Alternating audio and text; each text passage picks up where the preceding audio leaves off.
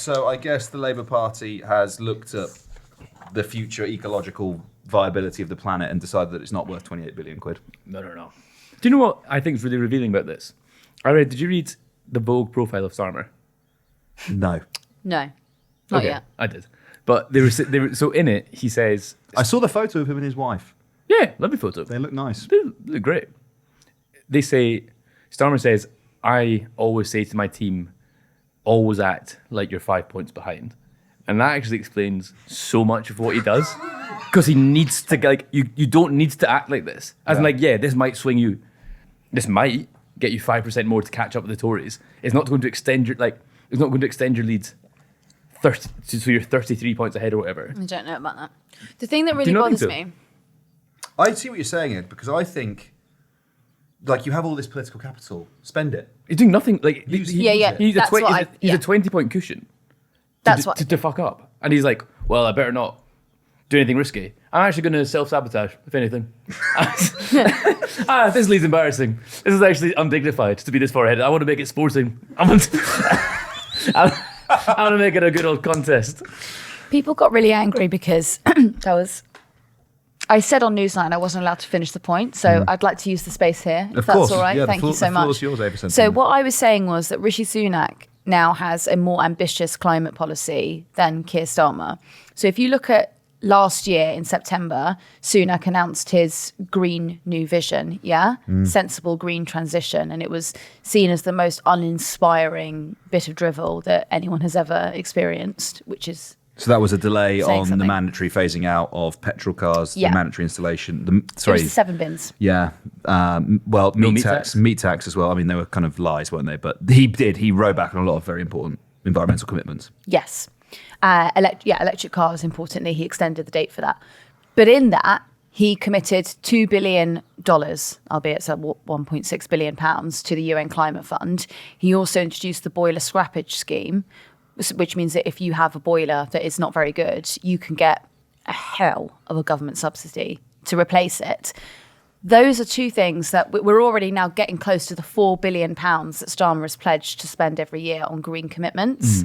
If you factor in the £500 million he's given to Tata, the other £500 million that he offered to Jaguar Land Rover, we're getting really close to Starmer's £4 billion. Do you see where I'm going with this? Yes, absolutely. And the most unambitious thing that Keir Starmer did was to get rid of the insulation policy. Do you remember that? He was going to insulate everyone's homes so that you'd have cheaper energy bills and so that you would have less carbon emissions, so it would just be better. He scrapped that. So you've now got the boiler scrappage scheme, much more ambitious than not insulating homes. Yeah.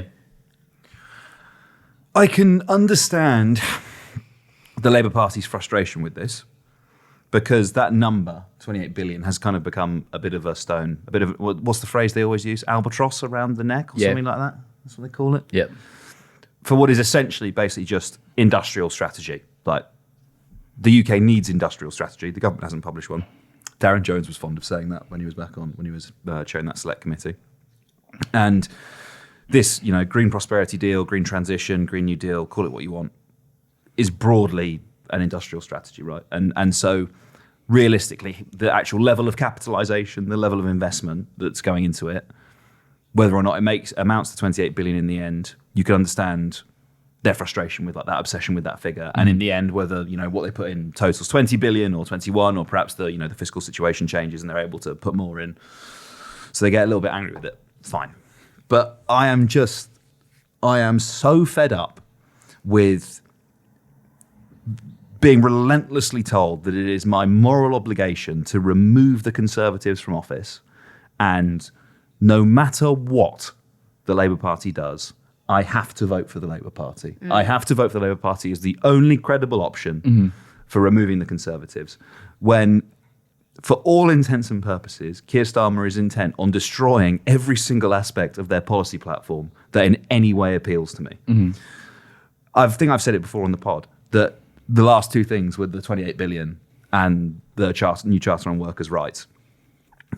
How long do you think the Charter on Workers' Rights stands before the next general election? Will it still be there in time? Because at this point, you're literally...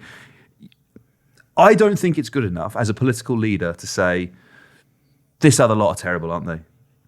Vote for me. I think a leader's job is to lead, is to set out a political vision, and it's to empower, mobilize, energize, be a fucking political force, be a political movement. And managerialism, centrism, caution does not match the scale of the problem that we face. No. And I think very quickly, and again, I've said this before, I know, the scale of the problems we face, very, very quickly, his possibly ginormous landslide victory will and can be eroded away when people realize that the image of competency that he projects does not stand up to the challenges of the time. And despite the Conservative Party possibly facing electoral wipeout now, they could be back in government within 5 years. And that iteration of the Conservative Party, it would appear, will be a much more rabid, much more extreme, much more right-wing version of the one that we currently have, if you didn't think that was possible. Yeah, he's going to have the shortest honeymoon. Yeah. When he becomes Prime Minister. He's going to get no great. But then also, like, what will he... So the expectations are now so low to what he's going to do. Like, They're not. You can't disappoint me with nothing. They're not, because pundits and commentators are saying things like, he's just doing this to get into office, and then when he gets into office, he'll start spending money.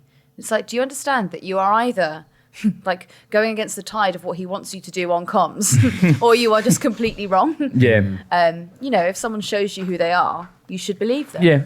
When you look at Angela Rayner this morning, she was talking about trade unions. She did a video and she was talking about join a union. And I was thinking how incongruous that looked to the Starmer vision. At the moment, it looked like a relic from 2 years ago. To say join a union, for why? For Wes Streeting to say that nurses and doctors shouldn't have a pay rise. Why would he join a union under Labour? I'm just posing it. Well, that was a cheery episode, wasn't it? I don't like how Labour are trotting out every ex-Tory that's defected to them, being like, look, we're right-wing now. Isn't this brilliant? We got Nick Candy. The Iceland guy, I really Yeah, like. it's been like there's The someone Iceland else. guy being like, I've changed nothing about myself, but suddenly I fit with Labour. I like this guy. He's got my ideas. I'm writing the policy platform. Oh, he's cooking, look. This is my manifesto. Oh, look, he was cooking there. No, I think younger voters, or people, not even younger voters, people with progressive politics are being told to take their medicine and vote for the Conservative Party. And you can do that if you want to. But in reality, the way to actually... Do you mean Labour?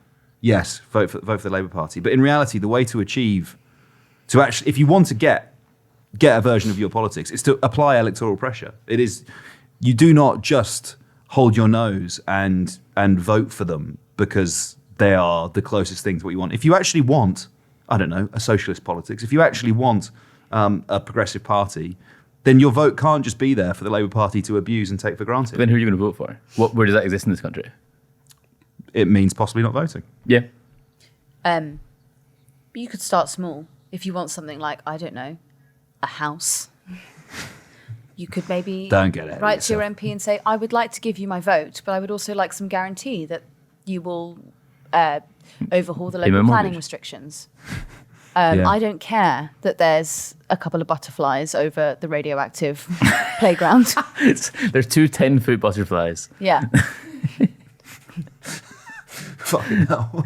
Someone get Chris Packham down there ASAP. We can't build any houses because these two 10-foot Mothras are going to defend. They keep killing the builders. They keep eating the bulldozers. And it just makes them stronger. But the sewer of discourse is so boring at the moment. It's literally like hate Tory, love Labour. And if you say anything outside of that box, some guy stopped me in a pub the other day, and it was nice. We had a really nice conversation. And then he said, you're being really harsh on Starmer. And I was thinking, God, we are so bloody centrist. I can't even think, like when were we that bad on Starmer? And he said to me, you just got to wait. When he gets into office, he'll fix it. See, I hope, when people say things like that, you just hope, I hope they're right. That'd be great. I don't think they're right. No.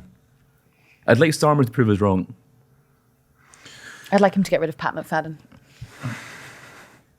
I think he just, when someone, if your ambition or reason for suggesting that someone should vote for someone is because they're currently lying to you, Because that's essentially what that is, right? It's like, no, he's not being honest when he tells you right now that he's going to cut these things. Actually, when he gets into power, he's going to be fucking right on, dude. So, well, okay, well, he's lying to you. He was lying to you during the Labour leadership election. He's lying to you now in the contest for a general election. Why do you think that makes him someone who's worthy of your support? It's like marrying a man who shagged your sister. How? Because he lied to you throughout, and then you say, no, once you're married, he'll be very good to you. Oh, so he shagged your sister when you were going out with him? Yeah. Right. I think it was just in general. I've got a better one. You're improving on that? No way. You're dating a man, and he relentlessly takes away, keeps increasing your carbon footprint. And he says after you get married, it'll return to normal. So you marry him. and he buys another private jet. Yes. To just accompany him. You get it. I think we can all agree that was a brilliant metaphor. Thank you.